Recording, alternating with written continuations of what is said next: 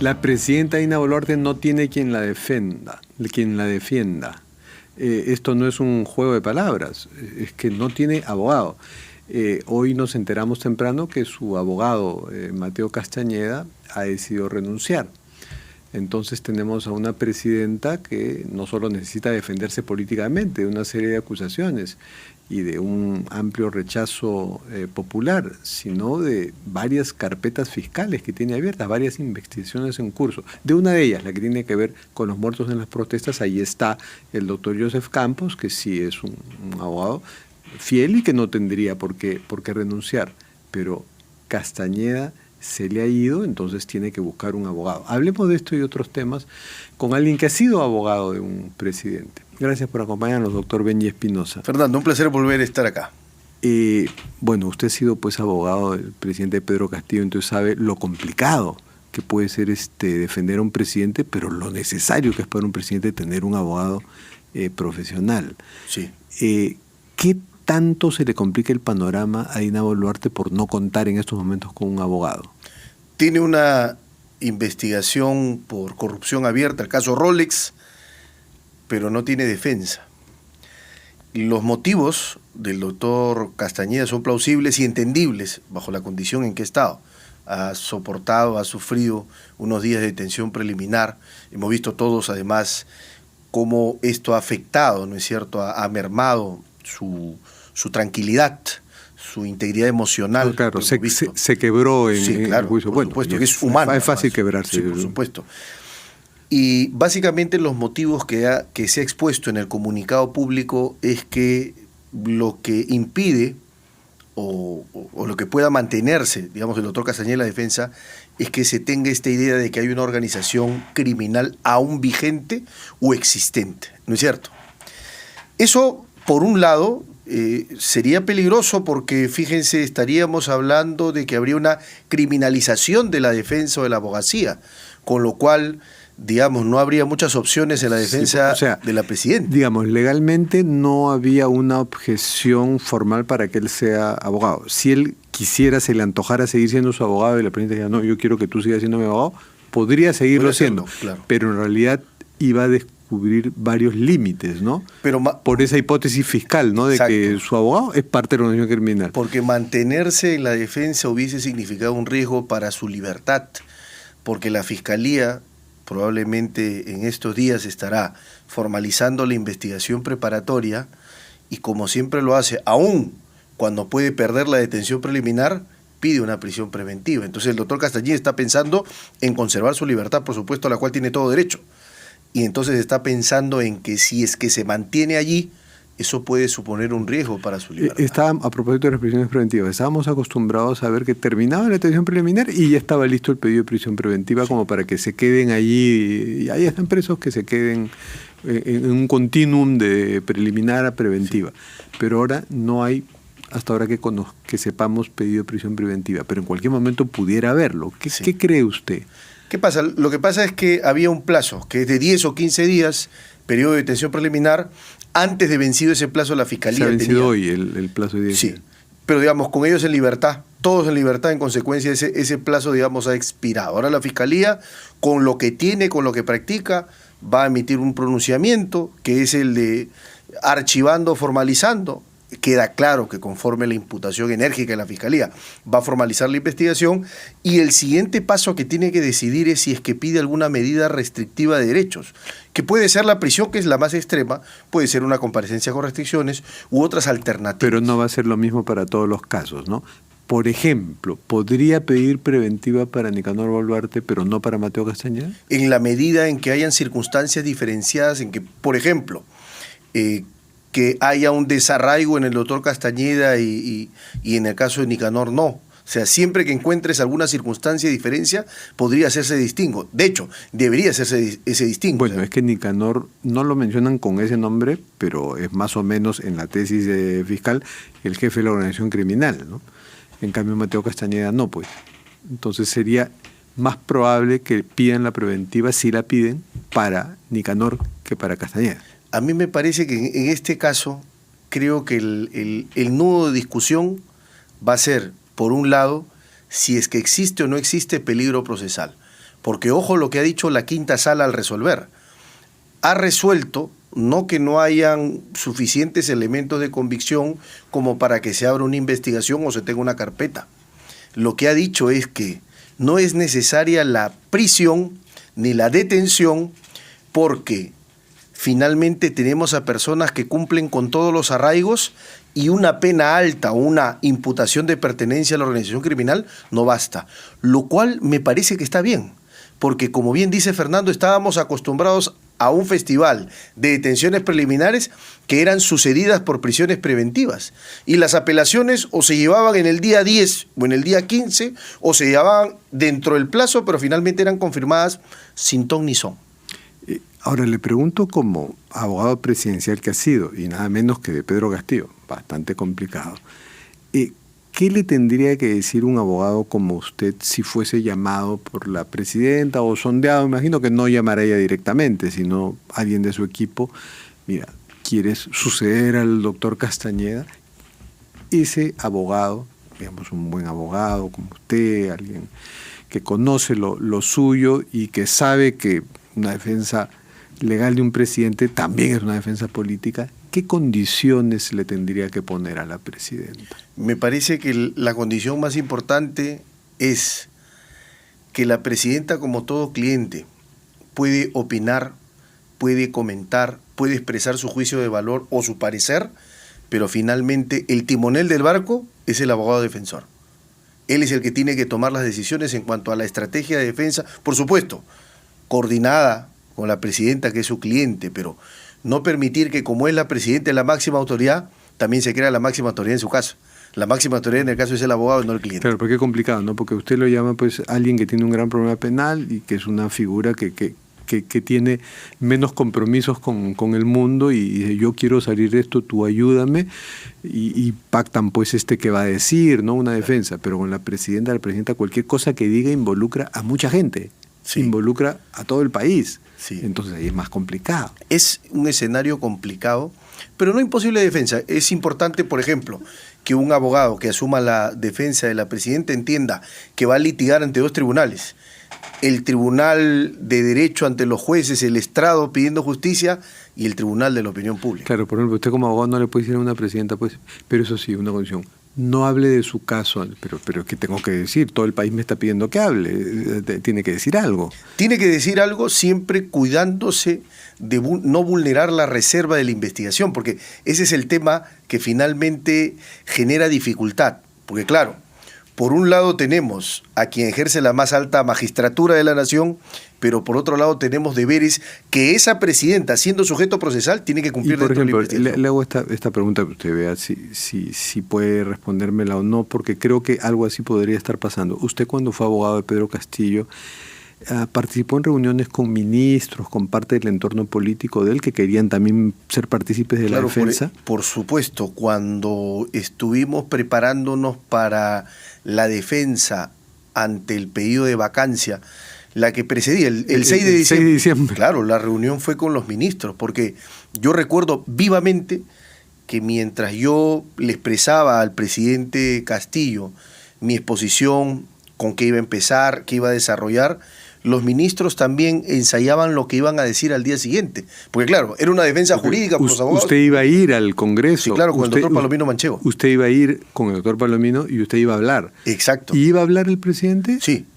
El presidente hablaba primero, seguía yo, terminaba el doctor Palomino Manchego y en su turno habían pedido la intervención algunos ministros como de Justicia, como de Comercio Exterior, en fin. ¿Iban a poder hablar los ministros? Claro. De hecho, se había hecho un pedido formal. Claro, habían comunicado. Pero mientras usted y los ministros pensaban en la defensa ante el Pleno, ya Castillo estaba pensando en el golpe. Claro, digamos, de manera que nosotros no conocíamos, ¿no? Porque por lo menos ese día no se vio así, hicimos un brindis incluso. Entonces podríamos pensar que el abogado que le acepte, ¿no?, el encargo a Dina Boluarte va a reunirse o va a exponer ante ministros amigos de Dina Boluarte. Podría suceder. Sí, si es que, por ejemplo, le toca hacer una defensa, como me hubiese tocado a mí, frente a un pedido de vacancia. Pero claro, si es que es una defensa de tipo penal, ¿no es verdad?, y lo que tiene que hacer es afrontar o refutar la imputación del Ministerio Público, creo que poco o nada tendría que hacer con los ministros. Y como abogado penalista que conoce el poder porque ha sido abogado de un presidente, ¿qué le parece la tesis del préstamo? Es una buena tesis. Después de 20 días me prestaron los relojes. A mí me parece que ellos han conseguido una historia, pero que esa historia no es ni verosímil ni consistente.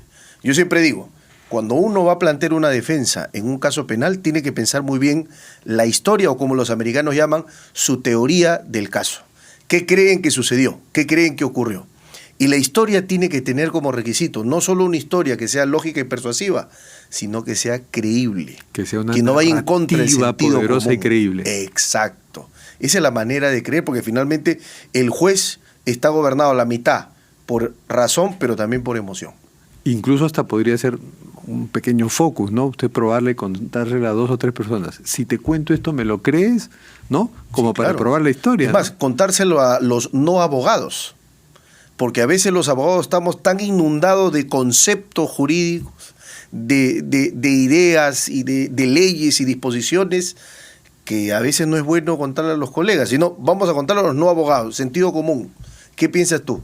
A mi amigo, a mi familia. Claro, porque esto no solo lo va a escuchar pues, los fiscales y el juez, esto lo va a escuchar la población. Exacto. Porque lo va a decir en un mensaje a la nación, Así en es. Un pronunciamiento, ¿no? Porque un mensaje a la nación no puede ser utilizado para una defensa jurídica. No, un pronunciamiento en el que pueda hacer su ejercicio de defensa, porque claro, lo que pasa con el presidente investigado, y acá tenemos que repensar nuevamente.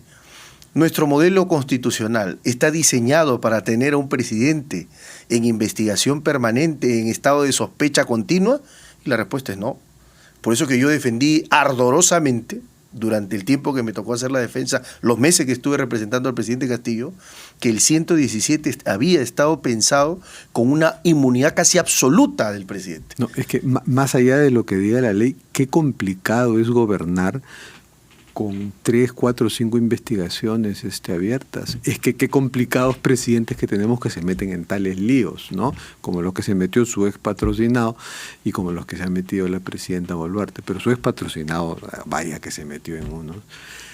Y era difícil con él sacarle una versión en limpio porque decía muchas cosas distintas, ¿no? Era complicado. Vaya en la que se metió usted. Claro, lo que pasa es que el presidente Castillo no era una persona, por supuesto que eso es sabido por todos y también por las personas que estuvimos cerca de él, facunda, gárrula, con facilidades para expresarse públicamente o comunicarse. Pero cuando estábamos reunidos en privado, en un grupo más cerrado y más cercano,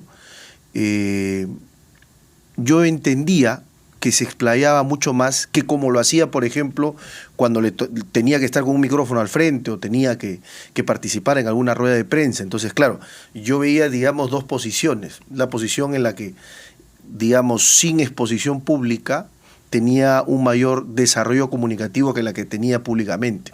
Entonces, eso evidentemente era una variable dentro del análisis de la defensa que se implementó. Y así como usted vio en el caso de Castillo, y se preparó el 6 de diciembre con un ministro, estaba preparado, tenía una estrategia para defenderse ante un pleno de una vacancia, que por supuesto, usted, su lógica era repeler esa vacancia, pero aceptaba el procedimiento.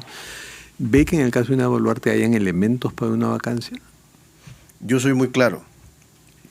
A diferencia de lo que piensa este Congreso, que a Castillo no le perdonaba una y con Dina Boluarte son absolutamente anuentes, yo soy un convencido de que mientras en el Perú la incapacidad moral permanente no se regule, no digo de manera taxativa como en el Código Penal, bajo esa lógica de subsunción, pero sí digo que tienen que haber algunos contornos claros y precisos. Sí, mientras eso no pase, a mí me parece que ninguna vacancia sería legítima. La de Dina no sería la excepción. Y ve otros... Hay algo que me preocupa especialmente y se lo pregunto a un hombre de derecho, porque los hombres de derecho están acostumbrados a acatar las sentencias aunque no les guste. Y a veces incluso no les gusta y eso tienen para una segunda instancia y se van hasta el TC, o sea que tampoco es mucho drama para su defendido. ¿Qué riesgo tenemos de que pronto se vuelvan más precarias las instituciones y haya gente que no quiera aplicar las sentencias? Por ejemplo, ahorita tenemos el caso de esta ex procuradora María Carguajulca, que una sentencia polémica del Poder Judicial pide que se la repongan. Y pues el Ministerio de Justicia no la quiere responder. Y el actual procurador Javier Pacheco no quiere dejar el puesto. Es que ese es un gran problema, porque estamos afectando el nervio de la democracia, que es la institucionalidad. No podemos permitir eso. Si la decisión finalmente es una decisión a la cual tú no estás conforme, no estás de acuerdo, la impugnas. Pero lo que no puedes hacer es dejar de acatarla. Entonces usted diría que aquí tienen que acatarla y a la vez impugnar. Claro, entiendo que en esa decisión de la ex procuradora lo que ha habido es una sentencia en primera instancia, ¿sí? Pero que hay que acatarla. Pero claro, en la medida en que haya... Acá tienen que pasar dos cosas. Uno, que le den la razón, que ya le dieron. Y dos, que ella pida la ejecución de la sentencia impugnada. Es decir, que mientras la Procuraduría... O sea, todavía tiene un margen de maniobra. Tiene un margen de maniobra. Apele, la sentencia se ejecute. Ahora, eso está permitido por la ley. Pero también tenemos todo el derecho de criticar sentencias, ¿no? Sí, claro. Un problema estos jueces que ordenan pues la reposición de alguien que ya está en otro régimen, y hay otro gobierno, o sea, es como una negación de la realidad. O sea, si la persona ha sido víctima de un despido injusto, hay maneras de compensarla que no necesariamente son la reposición, ¿no es cierto? Que se la compense económicamente, que se le pida perdón públicamente, algo así, pero ordenar que se le reponga...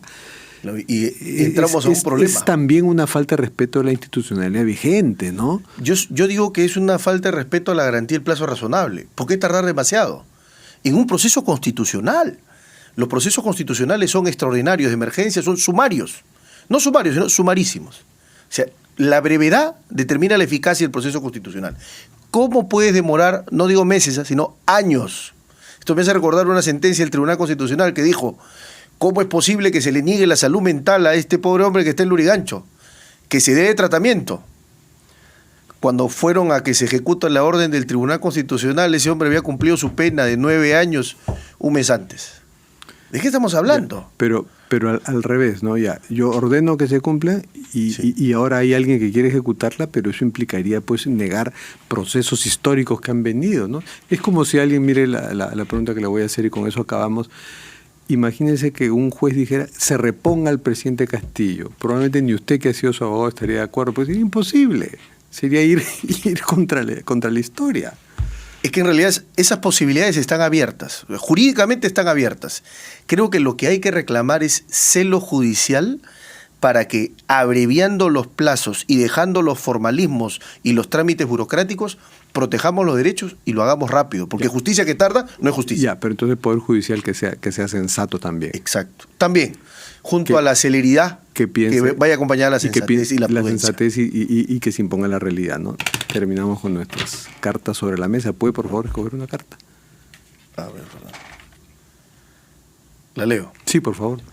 Es una estrofa de Polo Campos y se llama Perú. Yo me llamo Perú, es que mi raza es peruana. Con la sangre y el alma pinto los colores de mi pabellón. Le ha salido una letra muy patriota. Letra peruana. Muchas gracias, doctor Benjamin.